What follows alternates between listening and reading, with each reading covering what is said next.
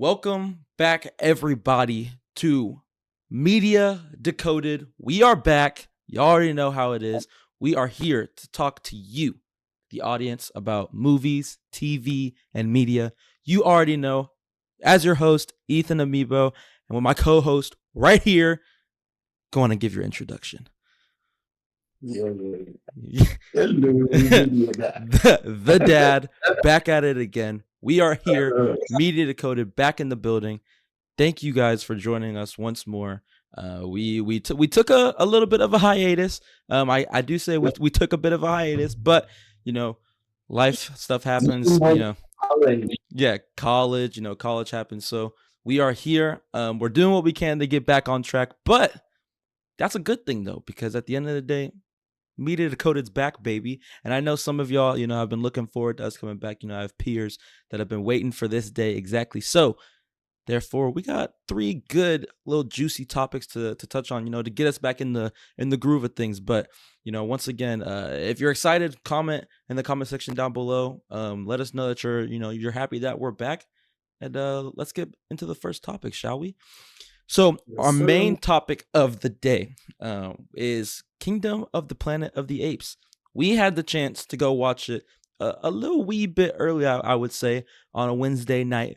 2 days before release, and I'll let the dad start off with his thoughts here. What do you think, Dad? Oh yeah, it was a phenomenal movie.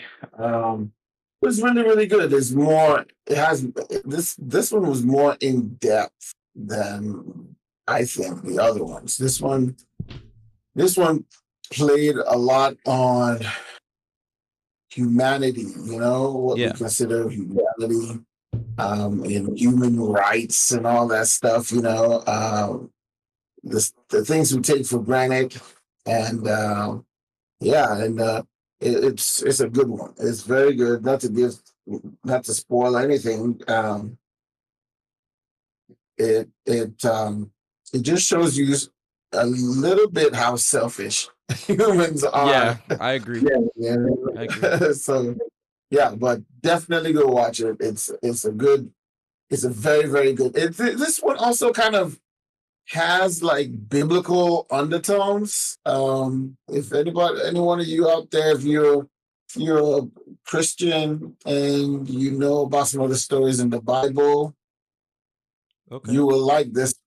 I mean, because if you pay attention, it has a lot of biblical things. So what's the word? Undertone? Is it undertone or undertone's like a good word for it. Yeah. No, because again, the character. I'll give you this. The character. Well, you guys already know this. The main character's name is Noah. So, and the female version name is Nova. Right. So, if you guys know what a Nova is, and you know who Noah is, you'll be able to connect the dots when you watch this. Okay. Well, I mean, me personally too, like whenever I was watching the movie, obviously I'm not, as deep into the undertones as you are. Obviously, I feel like obviously out of the two of us, I provide the more, I guess, average viewer, like, point of view. But you're like the deep diver, all the good facts and stuff. So I guess like for me, mainly like when watching Kingdom of the Planet of the Apes, I will say for sure that the cinematography and the special effects is what caught my eye the most. It's absolutely like it. Oh my god! Like from the mocap, the locations. It's like getting better and better. It's like wow. It truly is something. Yeah, and I feel like too, like they really did. Especially one thing I would say about the Planet of the Apes movies as like a whole is that they tend to have these. Their stories compared to other action movies, I will say, are usually always a bit more deeper and more like well rooted. They really do truly work on their character development. We had time with these characters with Noah and I forgot the other girl's name, but the human girl Nova, and then Raka, the orangutan. We had a good time with these characters to really just, I guess, feel and learn them, like learn their struggle, learn their tribe, learn their motivations, which like truly does add, like obviously to, I mean, the viewing experience. When you care for a character, you tend to be more invested. So I feel like that's something that we really really got out of this Planet of the Apes movie that the other ones obviously did very well with, obviously, main character being Caesar. So I mean, it's Yeah. just wow. It's crazy how they always each one has that Caesar and his bodyguard, Yeah. Silverback Ape. Each Yeah. they just carry that theme all throughout. So I like that. Yeah. It was pretty cool. I liked it a lot too, So, man. And I think my main takeaway from it too was the fact that I like how they're obviously planning for something bigger, like with the humans and the right, ape conflict. right, Obviously, not getting too much into it because movie's still fresh, but they're right, obviously leading somewhere with the ape and human conflict, and right. Proximus Caesar as a villain, man. Like, I mean, obviously, once again, not getting too much into it, but you can, even from the trailers, you can tell like he's one of those like false prophet leaders. What a wonderful day! Like, that is such a good, like, It's so freaking dope. it is really. I actually don't know still to this day like who voices him. Oh, I forgot his I'm name. gonna look it up real quick if He's the the audience guy doesn't who mind. played Bulldog in X-Men. Yeah, I I'm trying to. What's his name? I'm gonna find it right now. Kevin Durand. That's his name. Being yeah. Great. That is great voice acting. Like, that's like easily like so He's good. very good. But no, He's yeah. very good. I guess as like a whole, what would your like your score for Kingdom of the Planet of the Apes be? Like, as a whole, at the end of the day. I'll give it a solid 8.5. The reason being is you guys uh, discover the words they use. You're like, what?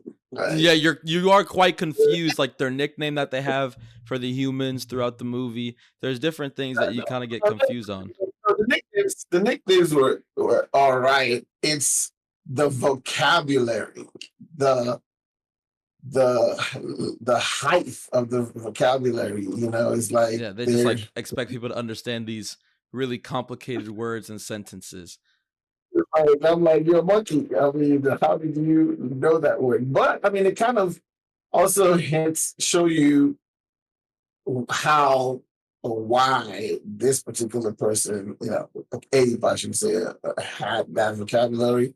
But the other ones, I don't know. But yeah, it's all in all, it's still pretty good. It's really, really good. Yeah. So what would Uh, you? I guess out of the other three, like, where would you place it? Would you say within the four as I, all of them as a whole?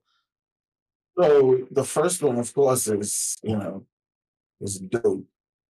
I would say the third one to me was the least my least favorable one. That's a My common least favorite. that's a common thing. Yeah, the least favorite. This one I think is my most favorite one. Okay. And then of course the first one, and then the second one. Okay. Yeah, so that's right, kid. Yeah, I would That's say not like, right. I guess out of like a 10, like 10%, I'd kind of like right where you are, maybe a little bit under. I'd give it like an 8 because there are times, like, obviously I feel like at the beginning of the movie, like that first act and a little bit into the second act, they kind of drag a little bit, like, for me. Yeah, because I mean, obviously they're still trying to get us like well invested to the characters and such like that, but also at the same time, like, it's just one of those things where it kind of it took its time, which is okay, because at the end of the day, sometimes it happens. But it was a little bit of a takeaway for me, so I would definitely leave it as a 8.5 or an 8 out of 10. So yeah, okay, I like that. I like that. So once again, as the audience, the media decoded Calvary, the media decoded clan, whatever, we need to come up with a name for our audience. But tell us what The you think. decoder. The decoders, I like that. All right, decoders, let us know in the comment section below what you thought of Kingdom of the Planet of the Apes. Have you seen it? What'd you think about The it? movie. Yeah, let us know. We want to start a conversation. As a heads up too, as well, we are currently working on a Discord server to where we can have a segment to where we can take y'all's questions, the audience, so we can, interact and build like a little bit of a community here with you guys. So look out for that. That's coming up. And once again, don't forget to like, subscribe, and leave us a comment. All right, going into our next topic, second topic of 3, Mad Max Furiosa. You already know. The dad's most anticipated movie, I'm sure, second to Deadpool 3. Will you make it? Will you have what it takes to make it epic? Like, wow. Like, I mean, I I will say too. Obviously, I'm gonna let the dad take this section, the reins more of it than I am, because I'm not. I know I'm already gonna hear it. I'm not much of a Mad Max fanatic or person, but Well, this one, I mean, so the Furiosa saga basically kind of moves away from the original Mel Gibson uh, saga of the Mad Max. So who is Max? You know, mhm, he is Max. But so this these new ones are for your generation, basically. You know, so yeah, it's pretty good. I like it. It really is very reminiscent of Mad Max Beyond Thunderdome, and what's the other one? I forgot the other Mad Max. But yeah, it's kind of reminiscent of that. I like the color palette it gives you. It's like that orange, deserty, mhm, desolate look, you know, of like apocalyptic. If an apocalypse would happen, what our sun would look, you know, yeah. radiate, something like that. But yeah, this is I barely even recognized Chris Hemsworth. Chris Hemsworth. Yeah, I mean, it took me a bit. I'm like, who? That's Chris. Like, I know you could kind of like his face is he like a really little bit did this fatter thing. than like normal, so it's a bit hard to like tell, but Exactly. it's good though. Yeah, I like that. Is my thing is too like I know a lot of the people I feel like know Mad Max for its well, they used the previous one for its cinematography. A lot of people say, it's very well shot, story being well like very good. The Tom Hardy one is the one I'm referring to as well. I like the action. It kind of dragged a little bit when after they escaped the first, you know, before they went back. But I mean, that's kind of how all the other Mad Max you know, movies were. They always have like a little section that kind of drags and almost puts you to sleep. Yeah. But all in all, it was really, really good. I mean, it was a great adaptation. It was great. I mean, the noise, this music, that Yeah. was like amazing. Using that as the main, as a foreground or the background uh, item to push you along. You know, it's really good. Okay. It's crazy. Like it's like they're the ones creating the theme music Yeah. for the act. That was really cool. I hope they continue that. I think they will continue because it's the same. It's the same. Director and Was, everything. was he the king? No, the ruler at the time. The Lord, Oh, the yeah, yeah, prime. yeah. I'm Yeah, pretty sure I think that he was like the same ruler, but I think this one too like might touch on I guess like some like I guess come to power, I guess like from yeah, him. it's Cuz pretty as you cool. Yeah, exactly. yeah, cuz I Yeah, so remember the part in the trailer when he was with Chris Hemsworth, he was like chained up or like locked up or something. So I mean that's kind of cool to see. I don't know. Obviously as somebody who's not like as too deep into Mad Max, I mean, I know Mad Max I'm sure has a great very large fandom behind it, including you. So it's huge. and It's crazy. it does look really good. I need to rewatch or at least even finish the Tom Hardy one too before going into this one. It's the Tom Hardy I'm one. I'm I'm almost done with it. I have like a good like 40 minutes. You're a bad Yeah, decoder. yeah, sorry. I let the decoders down. I already know. I already know. But okay, hey. So yeah, I mean Mad Max, what do y'all think about Mad Max? Decoders, go ahead. Let us know in the comment section Yeah. below. we have what it takes to make it epic. As the dad said, let us know in the comments below. May 24th. Watch out for Mad Max, and we'll see y'all when Mad Max drops. All right, Yep. going in We- to our third. Well, that's a four. Third main topic. Yeah, a little bit of a mess up. Third main topic. It's just gonna be, a chill topic, a cooler conversation. We're gonna go ahead and touch on what our, as the Media Decoded hosts, are our most anticipated movies of 2024, the summer in specific. We got a huge lineup of movies actually, coming out this summer. We have Deadpool 3, Twisters comes out. I'm pretty sure the Crow remake too is going to touch on this summer as Yeah. well. Bad Boys coming up soon, directly after Furiosa. So you know what? I'm gonna give this one to the dad. Start us off. What are your top movies coming out soon? After watching the preview for Bad Boys, I'm really looking forward to that. The new directors, what's that? What's the name? Leal and I forgot the name. Wow. The Mediterranean connection is what I like to call them. Okay, Those two are like the real deal. dope. They they um they they really like they are students of action comedy. They brought back the Beverly Hill Cops. I don't know. I mean, you guys are still pretty young. Hopefully, there's some audience out there who's seen Beverly Hill Cops. I'm gonna make the media decoder son, the media son, to watch it. It's with Eddie Murphy. It Ooh, okay, I've heard of is it. epic. It was, and not to mention 48 hours. Movies like that, those movies really set the ground for action comedy, especially Beverly Hill Cops. Okay, So these guys really brought that crazy action, crazy comedy, crazy character build up. And so I can't wait to see that. So that's my number one. And even though, I mean, it's hard to say, Deadpool is already upon us. So that yeah, goes without saying, yeah. That's something that's already so set in stone. It's already happening. Like yeah, it's so not something that we got to worry about. We already know how.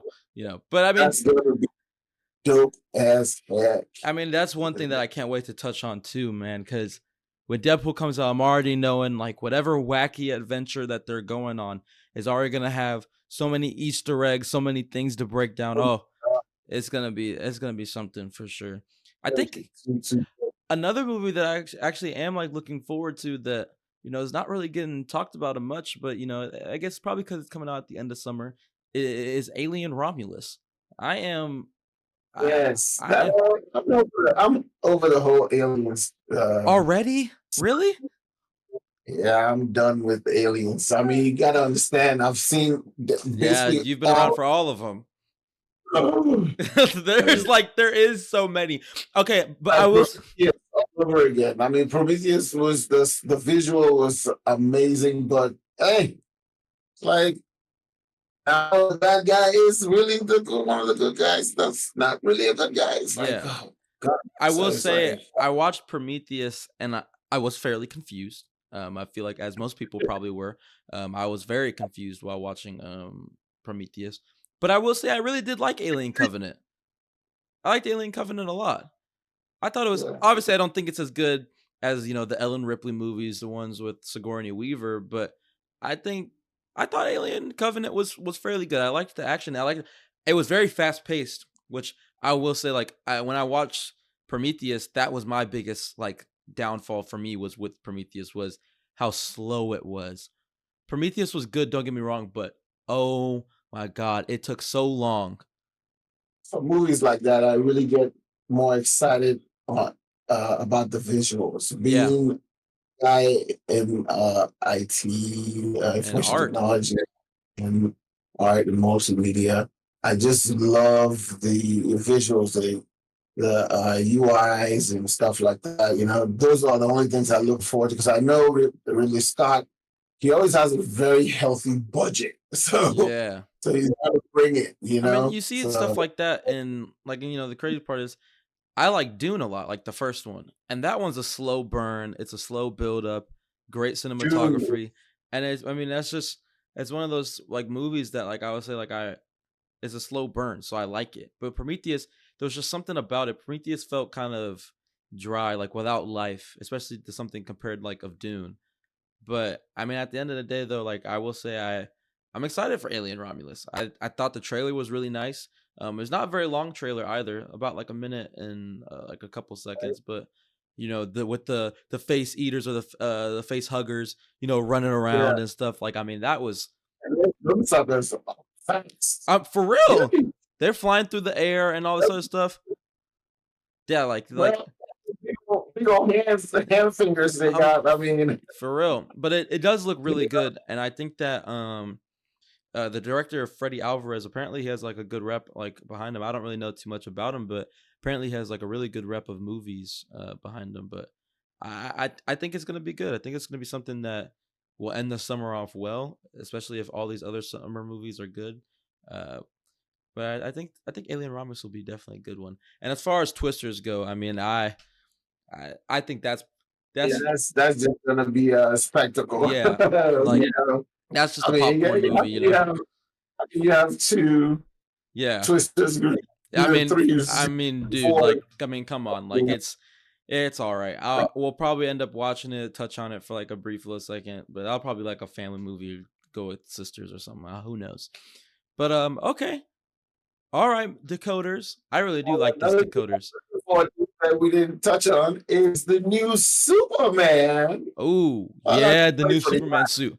Okay, topic but number I'm about 4. to, yeah, there you Number go. So 4. you know what Number you were doing 4. when you put Well, up. Superman Legacy. James Gunn, the man with the plan, has dropped the Superman photo. I'm going to go ahead. Obviously, when I edit this, I'm going to put it on the screen, put it up here to the side somewhere as a brief little pop up. Y'all will see it. But the suit, I personally think looks really good. Yeah, he's not bad. I mean, he looked, you can tell he just came out of a battle. He's all dirty. I mean, people talking about his boots look like rain boots. Yeah, I okay. Like, I mean, mean, come on, leave him you be. by the time this movie comes out, it'll be completely different. And Yeah, it'll be polished. yeah, these directors know what they're doing. You know, it's all marketing. They're putting it out there to feel you out and get your take on it. And before you know it, they probably already have like 4 or 5 versions of those suits. Exactly. And again, that may be a version, one particular version before his final version by the time the movie's over with. I mean, look at Henry Cavill, how he started off, I So agree. he started off naked, and then he went to the other one. Yeah. And then we saw the variation of suits. But yeah, I really I like where he's going with it. He's almost kind of making it futuristic with the segmented portions. Yeah.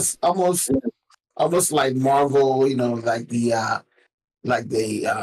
what's that suit? The suit they use to go back in time. Okay, no, It's I know kind what of you're like talking making Nanotech. it almost armor looking. But I mean, yeah, you never know. But maybe the goal is not to show off the muscles because this is supposed to be a younger Superman, I mean, even at right? that too, I mean, it's not like the movie's not supposed to come out until yeah, 2025. 2025. I'm sure knowing James Gunn, and this is just my personal theory, but I'm sure knowing That's James Gunn that picture, that suit he's probably had that in the vault for a good second now. Like that's not yeah. I don't think Already that's changed. yeah. Dude is already all juiced up and more built and everything. Cause obviously I'd seen a lot of complaints like, oh yeah, like this Superman's not gonna be as big as Henry Cavill or as muscular as Henry. I'm telling you now, they're gonna form. He's gonna go. He probably had another more weeks in the lab lifting some Yeah, weights, and then yeah, James Gunn's gonna take that feedback from this suit, like, like tighten it up a little bit yeah. on him, have that collar there, cape flapping. It's gonna be good. It's gonna be I so mean, good. I think he's even taller than Henry Cavill. I'm pretty sure, You yeah. know, And don't get me wrong, Henry Cavill's a tall dude. He's like what, yeah. 6'2", 6'3", or something. Christopher Reeves. No, Henry Cavill's not is 6'1". I Okay, think. Yep. right around And there. either 6'1", but still. Christopher Reeves was 6'4", I believe. Wow. Brandon Root is that thing? That's how you say his name. Brandon Root. He was six. I think he is 6'5" or 6'6" or something like that. So I mean, no, he's about 6'5". Even Smallville Superman guy, I forgot his name.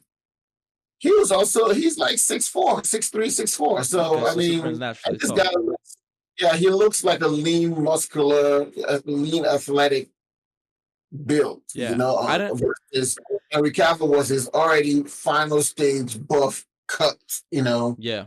uh, physique, So yeah, uh, give it time, This because what Gunn is trying to do is give you a progression of, well, this is how he was when he's younger. This is really how he started. He's taking us back, Yeah. but in a different way.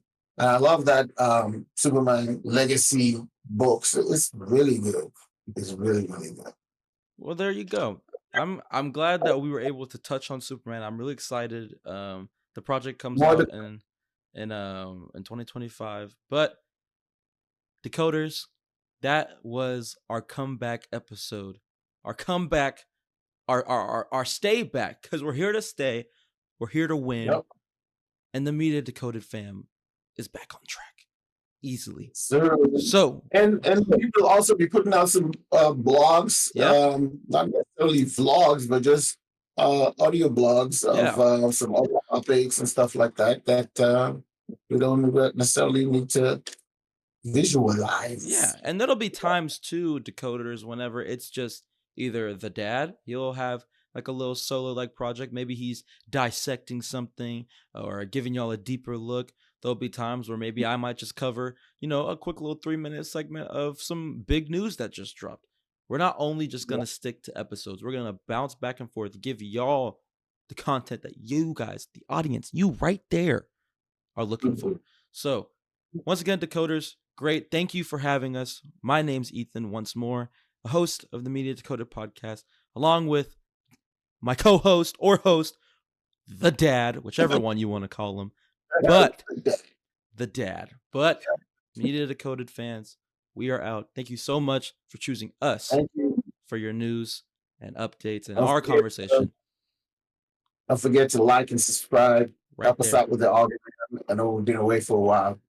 But we're on the comeback, and there'll be also be times too to let y'all know where we'll be back in our original setup, where we're either recording together. We won't always be, recording separately and whatnot. We'll be bouncing back and forth. There'll be different times where you see us in a little bit of a different setting. But Decoders, once again, thank you so much from the bottom of our hearts and his.